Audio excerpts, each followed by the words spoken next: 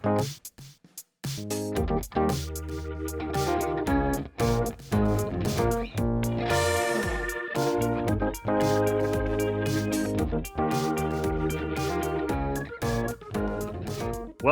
to Trending in Education. Mike Palmer here, very happy to be joined by Dr. Terri Givens. Terri has written a book called Radical Empathy. The dimension that we're going to focus on today is the educational implications, and there's big trends around diversity, equity, and inclusion trainings. You wear many hats, Terri, but one of the hats that you wear is helping deliver these types of trainings. You've also been on the leadership side of higher education, and you started Brighter Higher Ed. I'll let you talk about all that, Terri. Welcome to Trending in Education. The interesting thing to me, Mike, I've been thinking a lot about why I left higher ed, because basically 2.5 years ago, I stepped away from my position as provost at Menlo College, and a lot of it had to do with structural racism that women in higher ed face. And at that point in time, I decided at some point I was going to leave higher ed way back in 2010. And so for those who don't know the book, it's part memoir, part data and research on kind of what are the facts around structural racism and why we are having such a hard time getting past it, and the impact on me personally and on my family, but also on our broader society. And so one of the aha moments for me was really understanding that structural racism impacts every single aspect of our lives. I always talk about this one key moment. I remember I was driving around Berkeley and listening to NPR, and they had a story about how Black women are much more likely, regardless of class, and education, are much more likely to die in childbirth, and also fetal mortality is really high. And so I was just like, wow, I had already had my 2 boys, but just the fact that I have brown skin means that I am more likely to have poor health outcomes. Yeah. And that really goes back to 2001 when my dad died from a heart attack.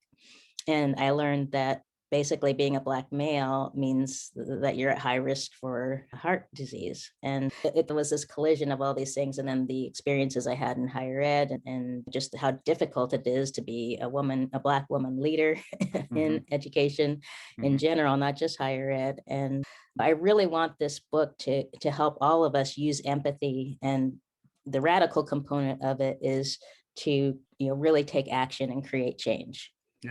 Yeah, and it's part memoir, it's part research, and then it's also part how-to a bit. That's the part I wanted to dig into a little bit more, is how much of this can be taught, and how do you figure out who is ready to receive this message? Because there is some waste in DEI training at times when people aren't ready to hear it, and they're not ready to actually change how they behave. We even did a podcast a while back. Does implicit bias training even work? Because there are questions about how far you take the DEI, and if it's raising awareness without any change in behavior, what's the actual return on that? And my take from your book and from my experiences with you is that you're much more on the follow through side of this. How do people actually change how they behave? Can you talk about that? How this is a how-to book, and how this can help people understand better how to either run a DEI program or think about bias in their organization and think about how they can be a better leader or contributor? Yeah, and that's a big part of why I wrote the book too, is especially seeing how racism and sexism were impacting myself. I really wanted to see change, and not just the superficial. Somebody comes in, does a unconscious bias workshop for half a day, leaves, and then the same patterns come back. And that was another place where I did research. I looked at the data. The percentage of Black faculty is not increasing. We still have a dearth of Black educators in K through 12. There's all these factors that are playing into it. And so I was like, well, we've been doing these trainings for years and years, and we're not seeing change. Why is that? So I realized I had to start with myself. And so a big part of this book is a deep dive into my own biases. Step one is willingness to be vulnerable. And I am vulnerable all the way through this book because I really think it's critical for every single one of us to understand how we are all swimming in the sea of white supremacy. We all are impacted by the fact that the structures, everything I already mentioned, that from birth, Yeah. you're disadvantaged. Doctors believe things like Black people have thicker skin and don't feel pain. So anyway, it really starts with understanding how we are all part of this. And I talk a lot about internalized oppression because I realized that I had internalized a lot of the negative stereotypes, and not only for other Black people, but for myself. And I had to understand for myself that no, there's things our parents tell us, you have to be twice as good to get half the credit and all of that. And it's true, unfortunately. We have to understand that and try to change it. And that's my goal, is to really try to change things. So the first step is willingness to be vulnerable. The second step is really getting comfortable with who you are, being open to having empathy for yourself, and really being willing to understand that it's not that you are particularly a bad person. It's partly that we have been living with these structures and these norms for hundreds of years, and that we have to break down structural racism. And just to pause on the second step, in addition to compassion, self-forgiveness is part of it, I think, as well, where not just empathizing with yourself. And there's interesting research, like how VR, if you see yourself in the third person, you tend to be more forgiving than when you're living in the first person. But I do think there is an element of, to get comfortable in your own skin, you have to understand that none of us are perfect. None of us have seen all of the invisible elements of racism. That's the other thing I wanted to get a little bit more of your perspective on as we talk too, is like, it does seem like there's two components to racism. There's overt, explicit racism and what you're doing about that. And then there's more the structural, implicit, invisible components. And what seems to have happened, at least in light of the pandemic, which is the other thing I wanted to weave into the conversation, is the structural racism that manifests itself through healthcare is very much front and center in your book. And that was written in advance of COVID. That was one of the ones that it almost feels like the sea level has gone down and we're starting to see things, all of us, which is where I think forgiving yourself for not seeing something sooner. That's something for me. I still regret that I was as blind to my own racism for as long as I was, but I've since got over it. There's a point where you kind of have to move on. Exactly. Yeah. You have to move forward. Part of it is practicing empathy. So that's like step 3, and taking action. And that's where, yes, forgive yourself, but don't just sit back and do nothing. We all have to take action to dismantle structural racism. And that's really what's critical. And our education system is just awash in so much of this. Is it a whitewash? Yes. Good one. It's really about norms, the way we educate our people. People grow up in this country not understanding their history, because everybody was saying how Black History Month, every month is Black History Month, every day is Black History Day. What I'm trying to correct, even in my own field of political science, it's the history even of how the field developed. Race was a huge component of that, and racism. And can't we just get past racism? No, because it's baked into everything. There's a whole area we could get into just around African American studies, Black studies versus political science or history, where the fact that there is a separate discipline, and that there's some advantages and disadvantages to this, but it is an interesting place to think about the implications for higher education, which I know you have the deepest expertise. How does the structural racism manifest in higher ed, I guess, is what I'd be. Yeah, how much time do we have? Every aspect of it's so funny because I work a lot on helping institutions recruit Black faculty in particular, but faculty, women and faculty of color more generally. These old white guys will sit up there and say, there's a pipeline issue. So, okay, when I was in grad school at UCLA in the late 90s, even then, over half of the grad students in my political science program were women. And yet, when I got to my first job, the women were just not even close to being half. And that's still a problem, right? Right. We don't do well with recruiting women. We're doing better, but not really well. And then on top of that, I'm going to call out my old institution, UT Austin, in the government department. Most of the women who got to full professor ended up leaving, myself included, and because there wasn't support for us. So part of it is there's this unwritten curriculum, we call it, And so there's all these ways that men, and particularly white men, are advantaged in the higher ed system. So they tend to cite each other more. One of the things we talk about is decolonizing the curriculum, but it's more than just focusing on race. It also has to focus on gender and making sure that there's women and minorities are cited equally, are included in syllabi, all of those things, because that matters. We need Mhm. people to read our work. And then on top of that, there's a whole issue of resources. At these big Research One institutions, if you look at who has the endowed chairs, it's all white males. Mhm. And they've been around longer. So yeah, who's doing the real work? I can tell you, in the departments I've been in, it's the women and minorities who are doing most of the work. And I can use minorities in this context because we are in the minority. And demographic shifts are not being reflected in higher ed, and particularly in the high-end institutions, whether Mhm. they're the big publics or the Ivies or the Ivy Plus. And Right. then once we're in, we're not being retained. We aren't getting the resources we need. And Mhm. one of the reasons I decided in 2010 that I was going to end up leaving academia is I wasn't getting the same.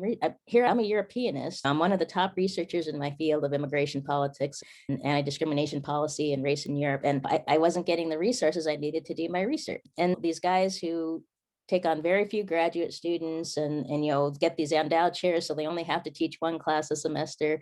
This Mhm. happens, people. Those who don't know typically teach two in a research institution, and in some institutions it's 3 or 4 classes a semester.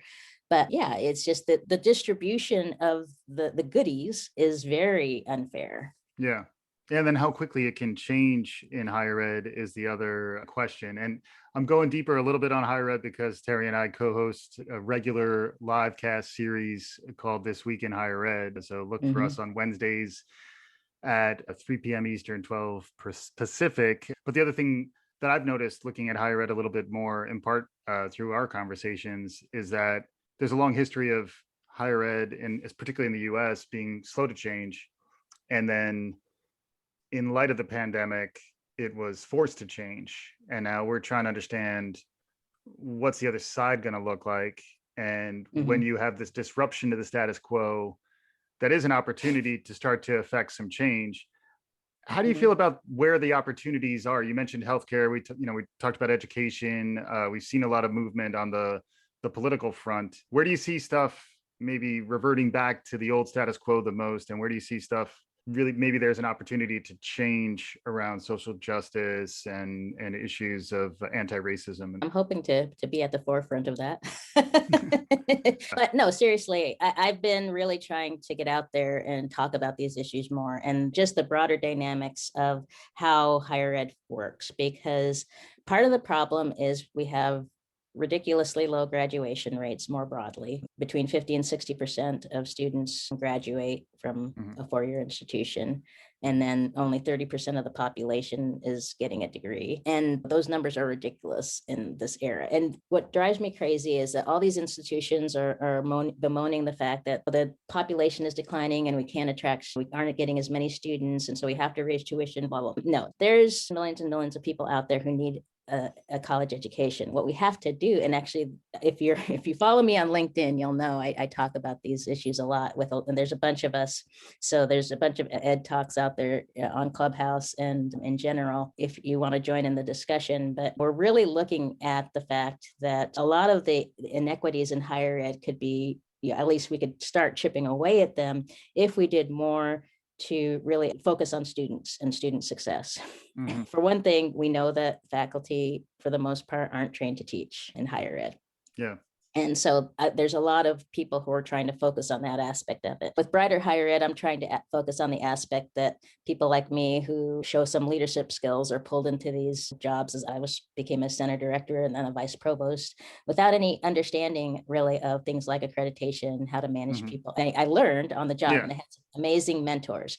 But Right. in general, we just say, oh, you've been in this department this long, you can be department chair. Oh, Yeah. you've been department chair for years, why don't you become dean? And it's ironic because this is in an educational establishment. So you would think training and teaching and developing people would be built into the structure of higher ed, but it's really not. No, it's not. And like I said, not even teaching. The expectation is you'll take the syllabus from your advisor, copy it, and then That's Yeah. just jump into the classroom, and you can, obviously you're intelligent, you got a PhD, so you can teach. And the word pedagogy, instructional design, I've really Mhm. dived into these topics in the last few years. But actually, when I on my first teaching job at University of Washington, the first thing I did was I went to the Teaching and Learning Center and Yeah. got all the books I could get on active learning and all these things. But Mhm. why didn't I learn that in graduate school? Graduate school, even for me, when I was training my grad students, I did, because I was at University of Texas at Austin, and my students were doing a lot of the work in the classroom because I had these huge classes. I did,